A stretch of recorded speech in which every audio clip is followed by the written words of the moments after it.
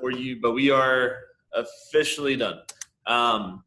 For those that need to retest from our test yesterday, I will be posting a link sometime this week, so keep an eye out for that. The scores were good and they were bad. Okay, they weren't really where I wanted y'all to be, and so I don't know if that's something that I'm not giving y'all, but we will have a retest opportunity. So if you need to, that will be up there. But we're starting a new unit today, and so that's progressive era. And so basically, guys, all of the problems of the Gilded Age are going to be people are going to try to fix in the progressive. Okay, so everything that comes out of the Gilded Age, all of the problems really get kind of brought to light. They're not kind of overlooked with that shiny exterior anymore, and people are going to start trying to fix it. So I would definitely recommend reading through the introduction. It gives a couple of the major people we'll be talking about, but also, guys, it has the teaks, everything right here, just like starting off. Like I'm not making the test this time, but guys, everything that you see on those teaks, that will be on the test. Okay, and so that's a really kind of good way to keep checking in on that. So let's go to the next slide. All right. Guys, yesterday was September 15th. September 15th is the first day of Hispanic Heritage Month. Being your U.S. history class, that's super important that we take a second each day and we kind of look at the major contributions that Hispanics have gave to our country. And so we'll be looking at different things. We'll be looking at artists. We'll be looking at different events and cultures and major figures of the Hispanic culture that have made huge contributions to our country. Okay, so guys, today we're going to start with my wife's favorite author. His name is Gabriel Garcia Marquez. So when you get a second, please take some time to do the bell ringer. I probably will take a bell ringer grade this week, so just kind of keep that in mind. But we'll only have 3, so make sure you do it. All right, let's get into what we are looking at today. Okay, for most of this unit, we're going to be taking a look at how people try to fix the situation going on in the cities and how people try to fix what's going on in our government. Okay, but today what we're going to be looking at is how people try to fix the problems that were going on in the middle of the country and in the South on the farms. Okay, and so what we start seeing is that the government's not doing their job, and so people are going to start forming their own political parties to try to better suit their needs. And so what we start seeing a lot is the rise of populism, and we get this new political party, which is probably the most powerful third party that we've ever had. And so we're going to take a look at them today and see why they gained so much popularity.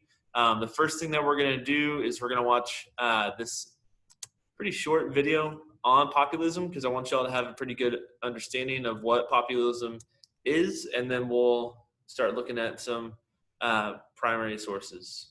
So here we go. Eli, if you want to record, you're welcome to. In the mid-1970s, after decades of political turmoil, Greece finally seemed to be on the path to stability.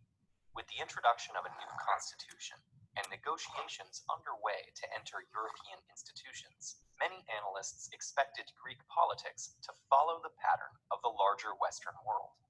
Then, in 1981, a political party called PASOK came to power.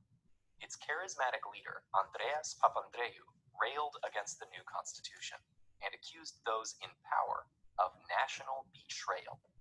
Opposing Greece's membership in NATO and the European Economic Community, Papandreou promised to govern for the betterment of the common people above all else.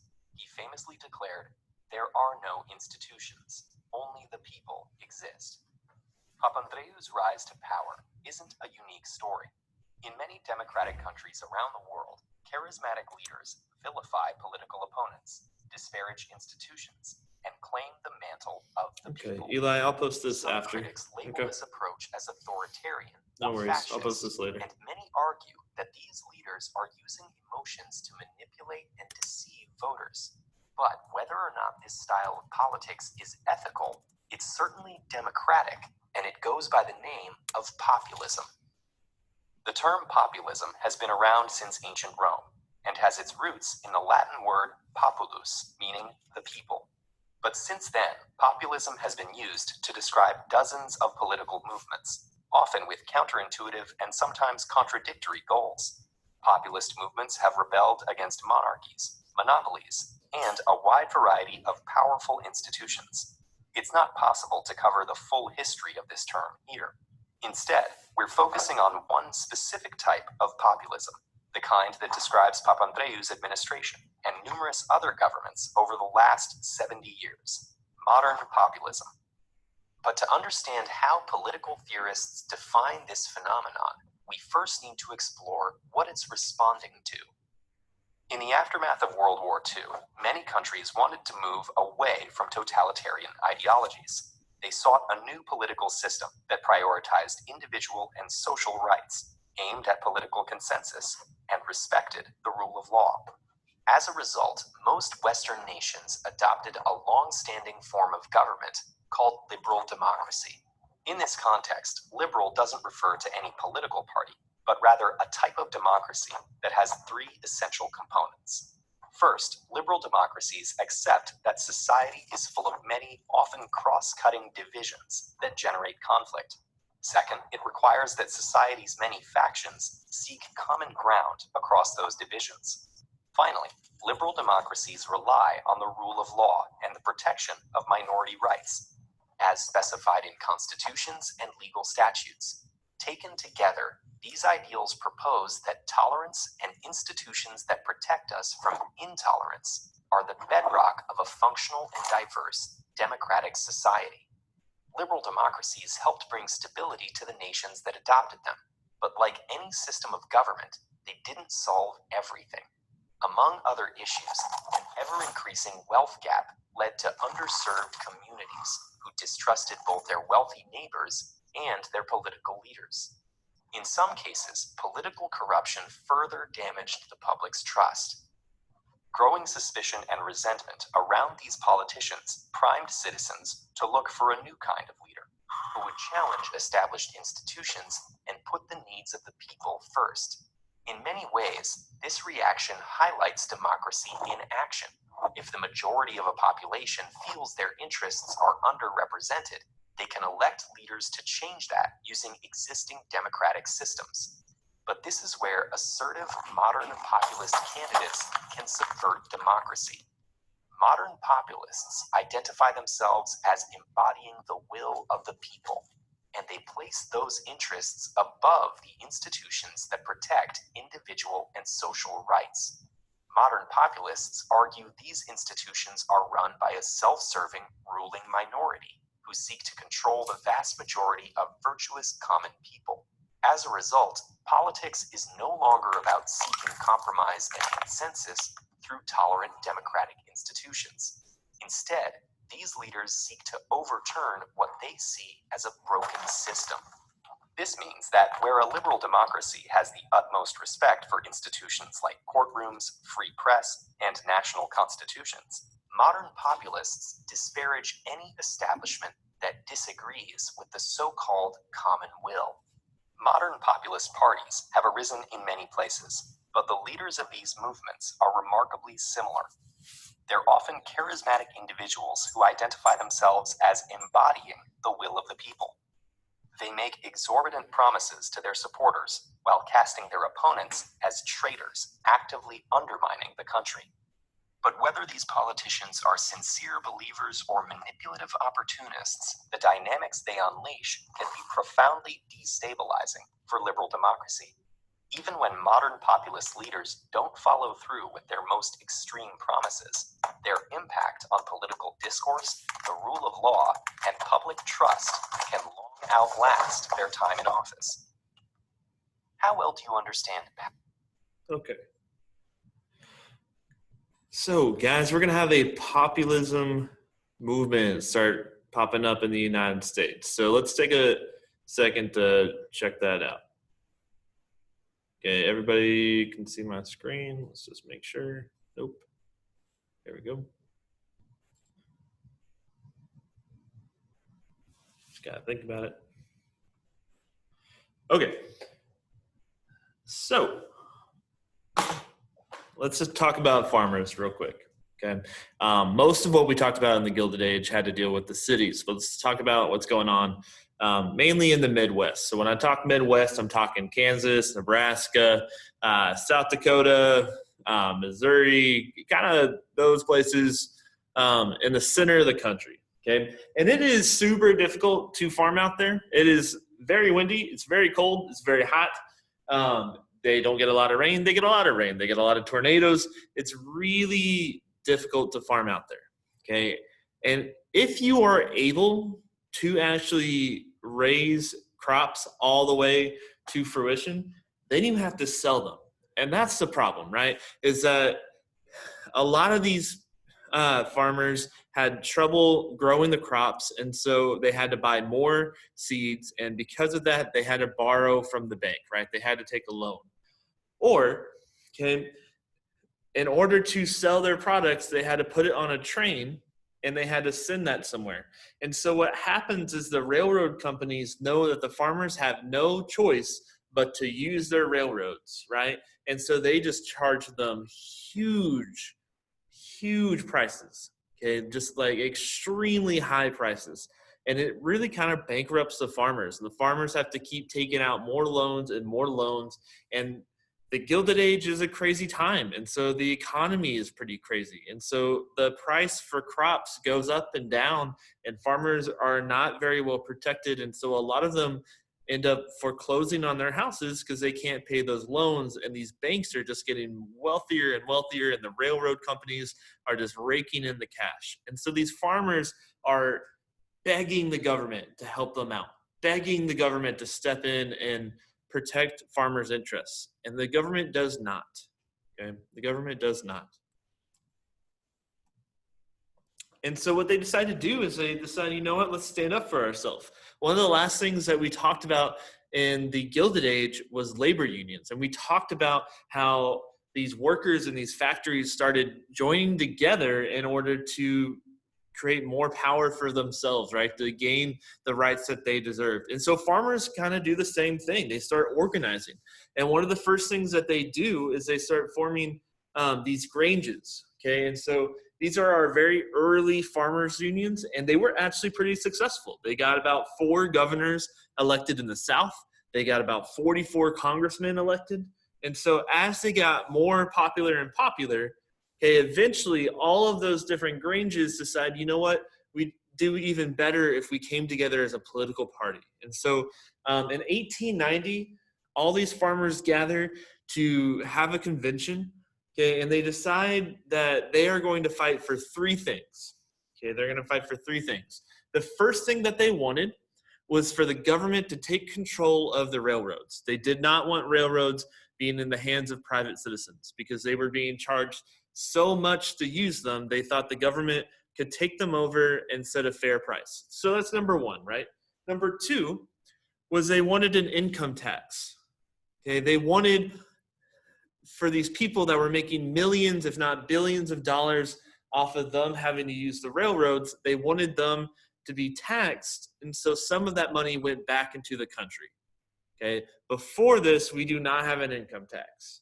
And so that's going to be a pretty important thing for the progressive era. And then the third thing is that these farmers are in really, really heavy debt, right?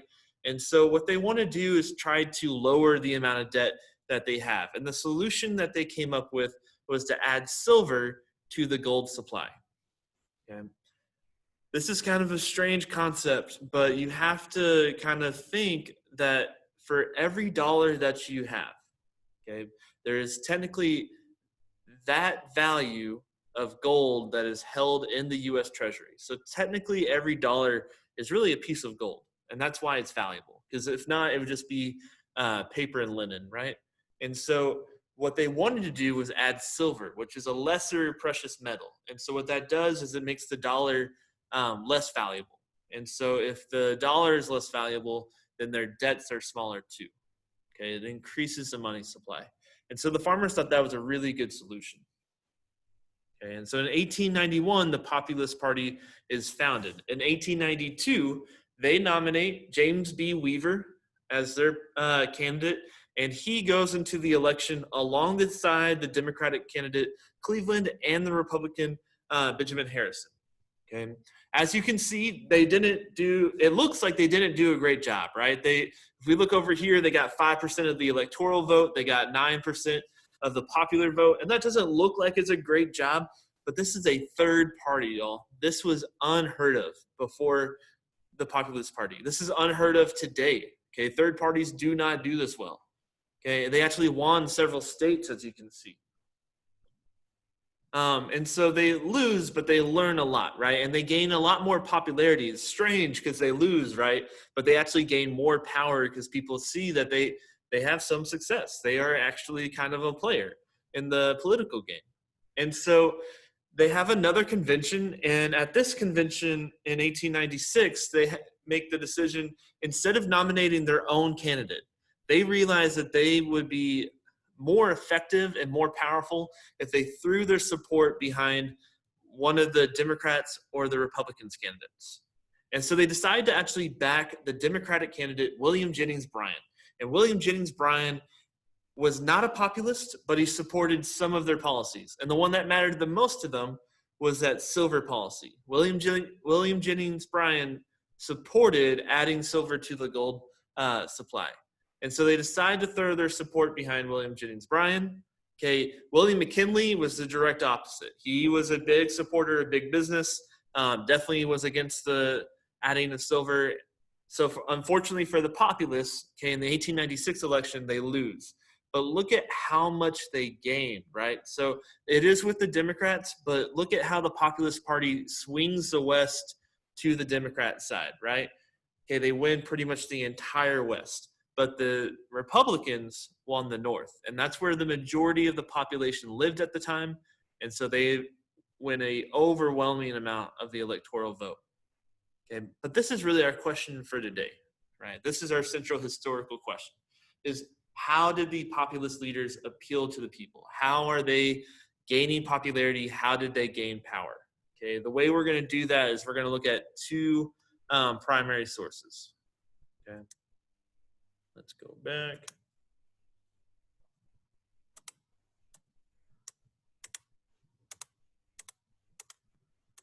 Okay, so if you scroll down, you've got your guiding questions right here. Actually, you can't see that, so. You've got your guiding questions down here, and you have the documents that you're using it for up here, okay? It's been kind of finicky, so I'm going to pull them up.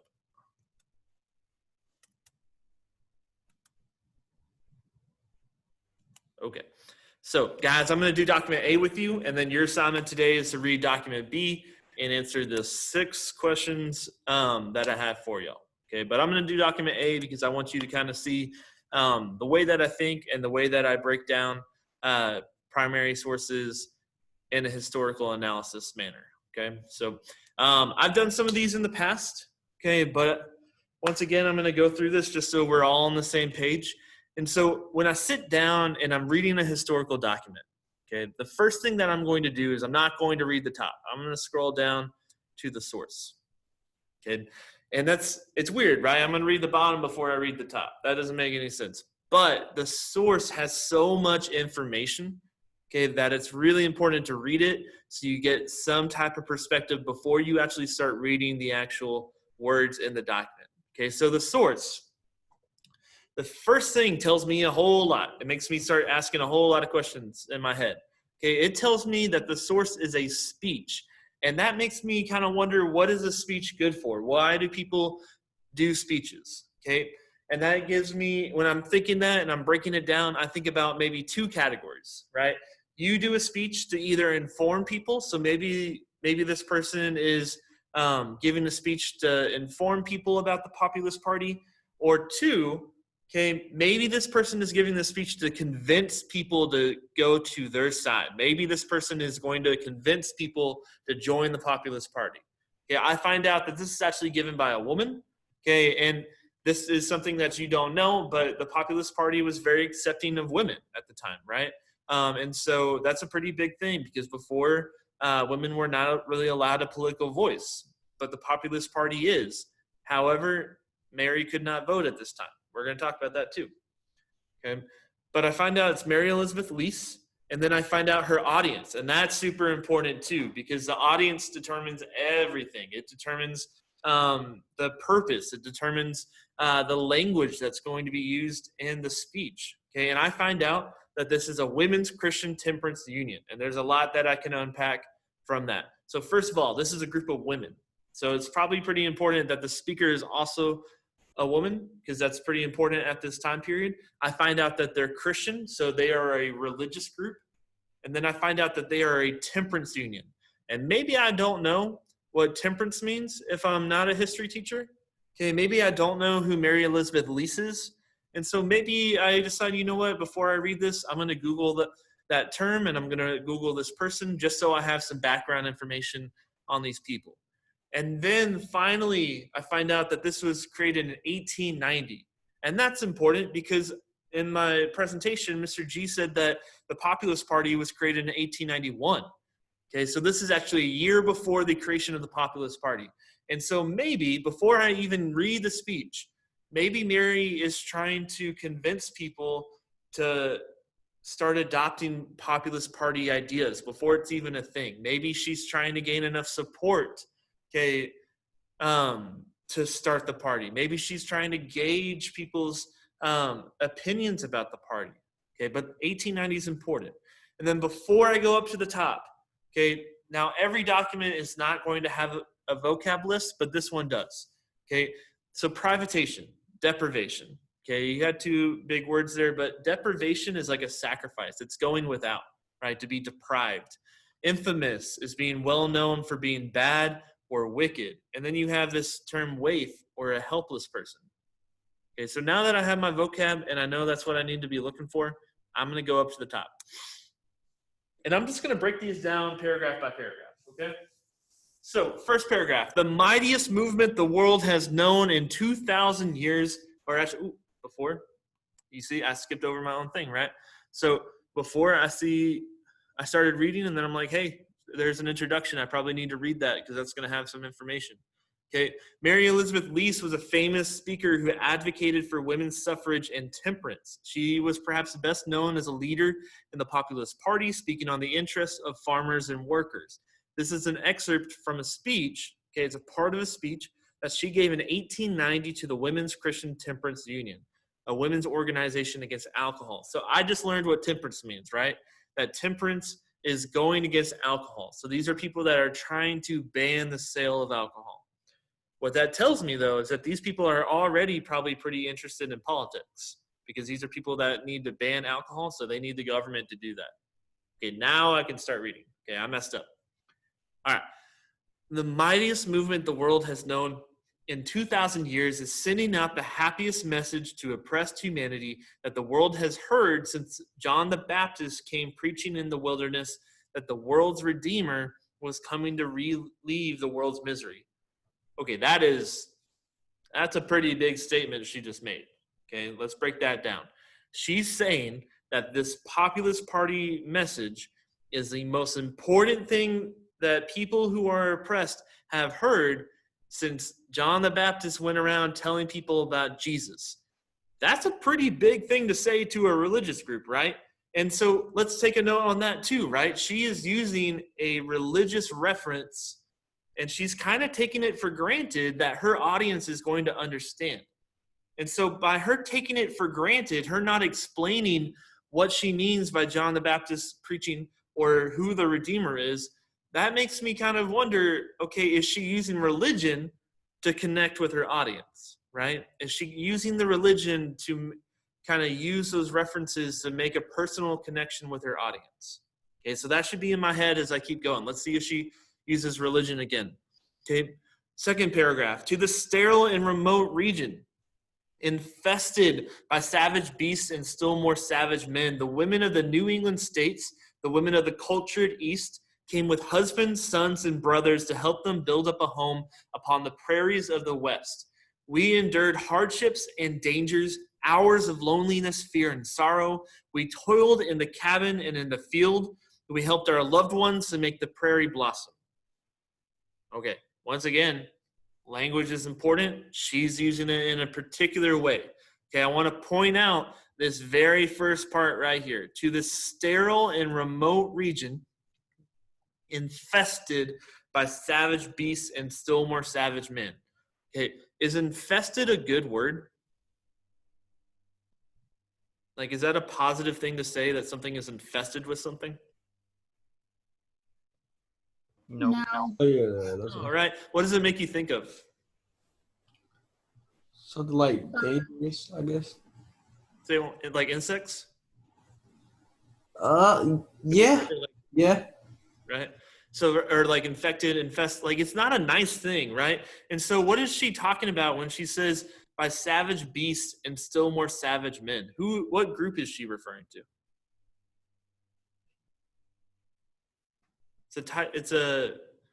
Who was living on the prairie before Americans got there? Native Americans. Native Americans, right? The natives. And so this is pretty racist, right? She's saying that there were savage beasts that lived there, and there were people that were worse than those animals. And she uses the word infested. And so this is very racially charged language, right? And so that, once again, that makes me think, like, why is she using this language if not to connect with the audience, right? And because she does it in the rest of the paragraph. She uses language that is making a personal connection with her audience. She says we, not you. She says we. She's trying to tie herself in, and she probably was a farmer, but she's trying to tie herself with these women too. Okay, we endured hardships. We toiled. And so by her use of that racially charged language, she's making the assumption that that's what her audience feels too, right? And so that's something to keep in mind. So she's using religion, she's using a personal connection, and she's using racism to connect with her audience. So that's something that we need to keep looking for. Okay, so I'm going to do 3 and 4 together. Yet after all of our years of toil and privatation or sacrifice, dangers, and hardships, our homes are being taken from us by an infamous or well-known for being bad or wicked system of mortgage foreclosures. Okay, the bank is taking their homes. It takes from us at the rate of $500 a month.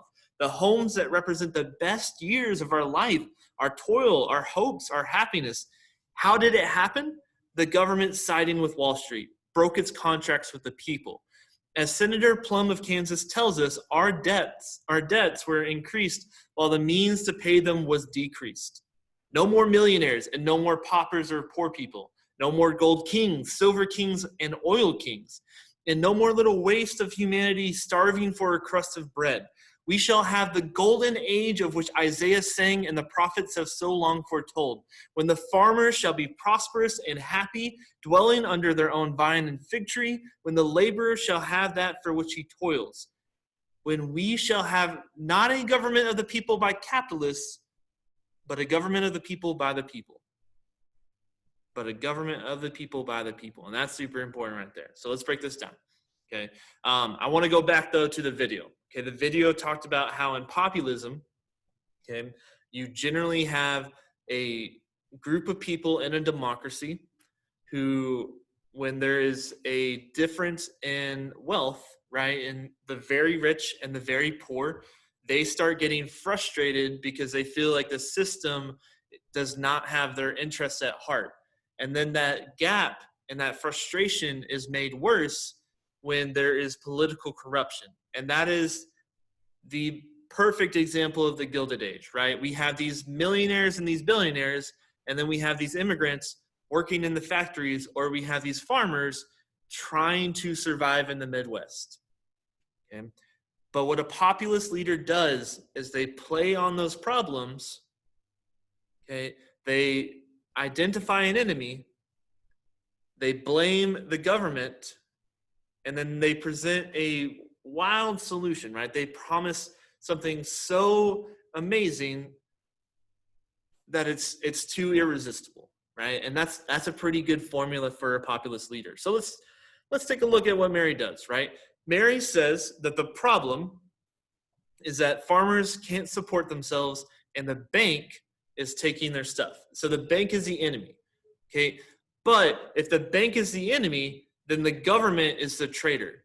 Okay? Because how did it happen? the government sided with Wall Street. So the government has betrayed the common will of the people. And then Mary's going to come in with the solution and the promise, right? She wants a world where there are no more millionaires and no more poor people.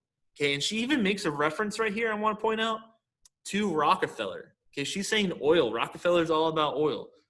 Okay, and then she makes another religious reference. She talks about the prophet Isaiah. And then she does her big promise, right? She wants a government of the people, not run by the businessmen, but run by the people, right? That we need a new government that serves the common people's interests. And that's super, super populist. Like, this is just like basically cookie cutter, okay? And so what I wanted you to kind of see in this speech is that she's going to do certain things to connect with her audience and make her appeal apply to them too, right? And so she is using religion. She's using racial tension. She is using personal experiences, okay? And then she's using all of that to convince people that they need to support the Populist Party.